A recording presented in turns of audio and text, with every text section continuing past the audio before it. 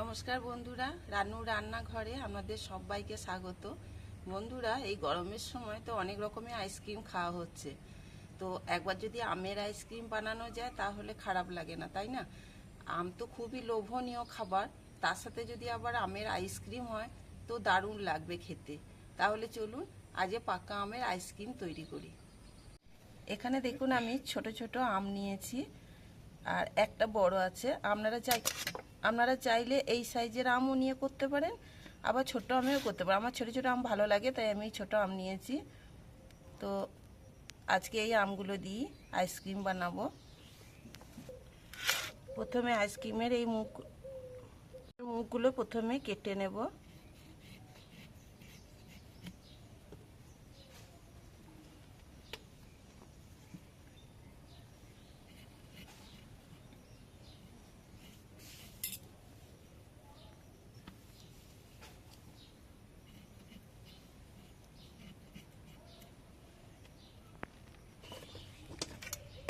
দেখুন আমি সব আমের মুখগুলো কেটে নিয়েছি। এবার আমগুলোকে একটু এইভাবে একটু টিপে টিপে দেব, আটিটা তাহলে সহজে বেরিয়ে আসবে।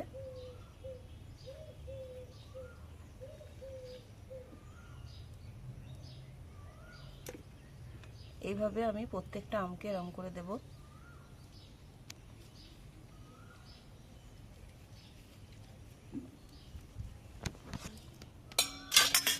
এভাবে আস্তে আস্তে আমের আটিটাকে বার করে নেব।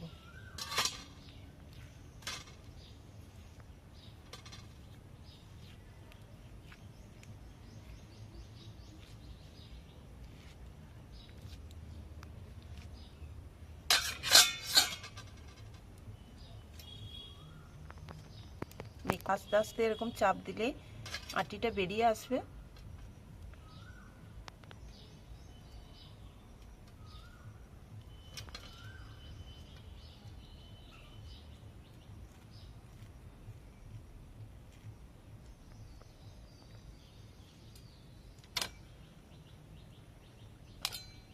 এবার এর ভিতরে শাঁসটা আমি বার করে নেব।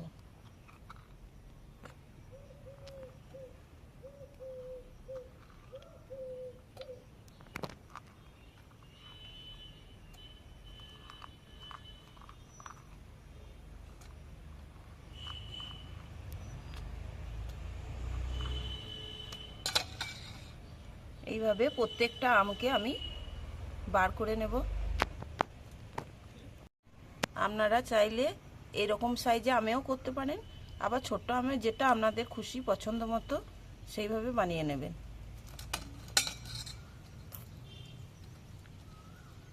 আজকে আমি কোনো আইসক্রিম তৈরির মল্ড বা কোনো আগুনের ব্যবহার ছাড়াই আজকে এই আমের আইসক্রিমটা বানাবো। দেখুন বন্ধুরা, কত সুন্দর একটা আম থেকে গন্ধ বেরোচ্ছে। পাকা আমের দারুণ গন্ধ বেরোচ্ছে। আইসক্রিম বানানোর আগেই মনে হচ্ছে এটা খেয়ে নিই। এই দেখুন আমি সুন্দর করে এর শাঁসটাকে বার করে নিয়েছি। এইভাবে আমি প্রত্যেকটা আম থেকে বার করে নেব।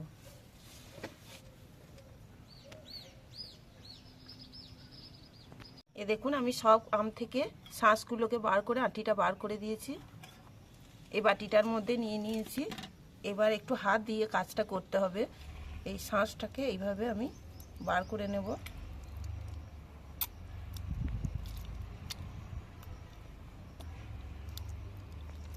এইভাবে হাত দিয়ে দিয়ে এইরকম করে বার করে নেব।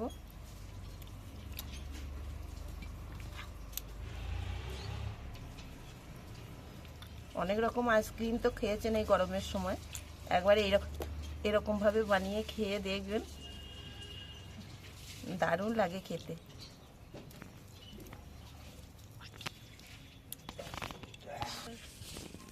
আটি থেকে সব শাঁসগুলো বার করে নিয়েছি। এবার ভালো করে হাতে করে একটু করে এইভাবে চটকে নেব। এ দানা দানা মতো হয়ে আছে, এগুলো মোলাম হয়ে যাবে। এভাবে একটু নিয়ে নেব।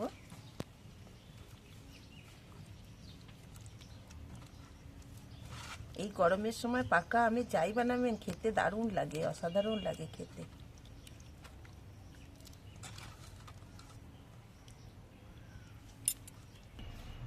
এটাকে মেখে নিয়েছি। এবার বন্ধুরা আমটা দেখতে হবে টক না মিষ্টি, তার উপরে নির্ভর করবে চিনিটা দেওয়া। তো আমার আমটা মিষ্টি আছে, তাই আমি খুব একটা বেশি চিনি দেব না।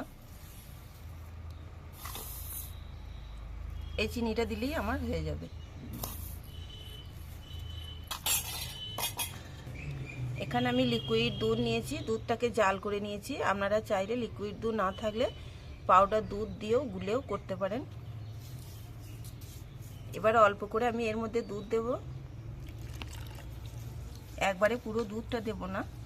আমি কতটা ঘনত্বটা কতটা হবে সেটা আস্তে আস্তে করে দুধটা দিয়ে দেখে নেব। অল্প অল্প করে এইভাবে দুধ দেবো আর মেশাবো।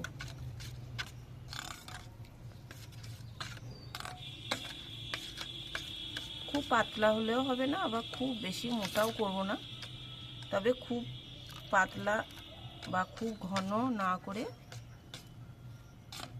একটু মিডিয়াম ভাবে করতে হবে। দেখুন বন্ধুরা, চিনি আর দুধটাকে এর সাথে ভালো করে আমি মিশিয়ে দিয়েছি। এবার এটাকে আমি ছাঁকনি দিয়ে ছেঁকে নেব। এই যে দানা দানা ভাবগুলো আছে এগুলো আর থাকবে না, একটা খুব সুন্দর মোলাম তৈরি হবে মিশ্রণটা।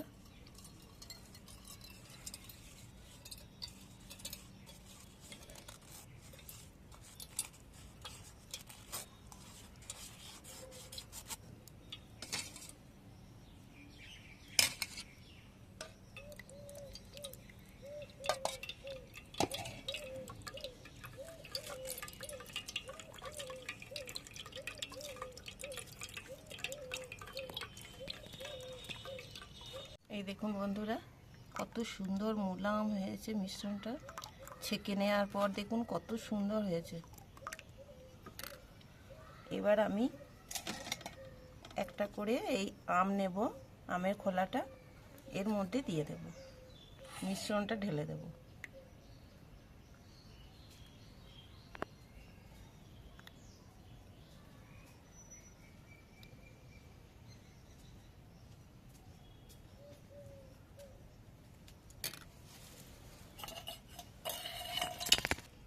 এবার আস্তে আস্তে এর মধ্যে রেখে দেব।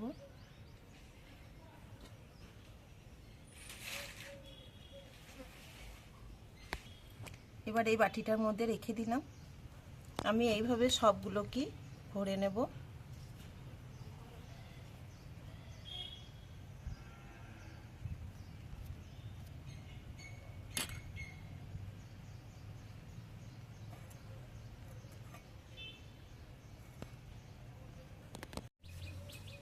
এই দেখুন বন্ধুরা, আমার সবগুলোতে ভরা হয়ে গেছে।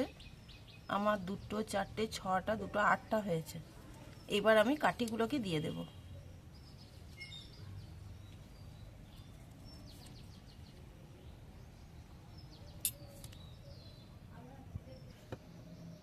আমি সবগুলোতে কাঠি দিয়ে দিয়েছি।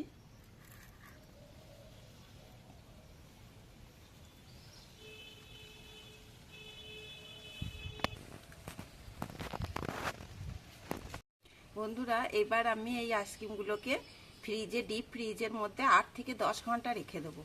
তারপর বার করে আপনাদের দেখাবো কেমন হয়েছে পাকা আমের আইসক্রিম।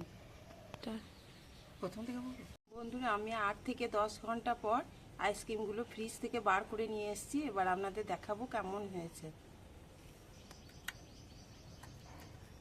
দেখুন বন্ধুরা,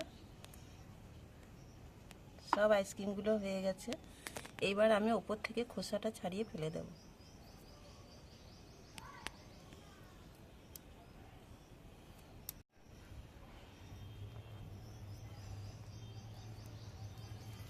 এইভাবে খোসাটা ছাড়িয়ে ফেলে দেব।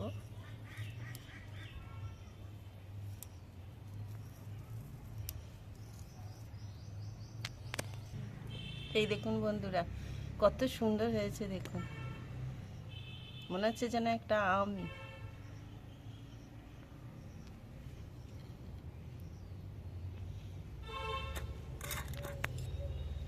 আবারও এগুলো ছাড়িয়ে নেব একইভাবে।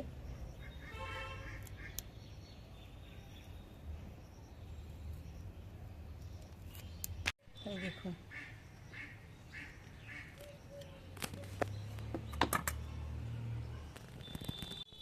দেখুন বন্ধুরা, কত সুন্দর দেখতে লাগছে আইসক্রিমগুলো, কি দারুণ হয়েছে, খেতেও খুব সুন্দর হয়।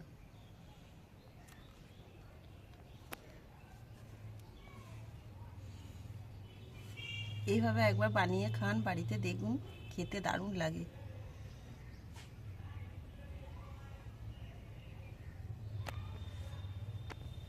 বন্ধুরা, পাকা আম থাকতে থাকতে এইভাবে আবার আইসক্রিম বানিয়ে নিন আর বাড়িতে খান। ঠান্ডা ঠান্ডা আইসক্রিম দারুণ লাগবে এই গরমকালের দিনে খেতে। তাহলে আসছি, আবার অন্য কোনো রেসিপি নিয়ে আসবো আপনাদের সামনে। ভালো থাকবেন, সুস্থ থাকবেন, নমস্কার।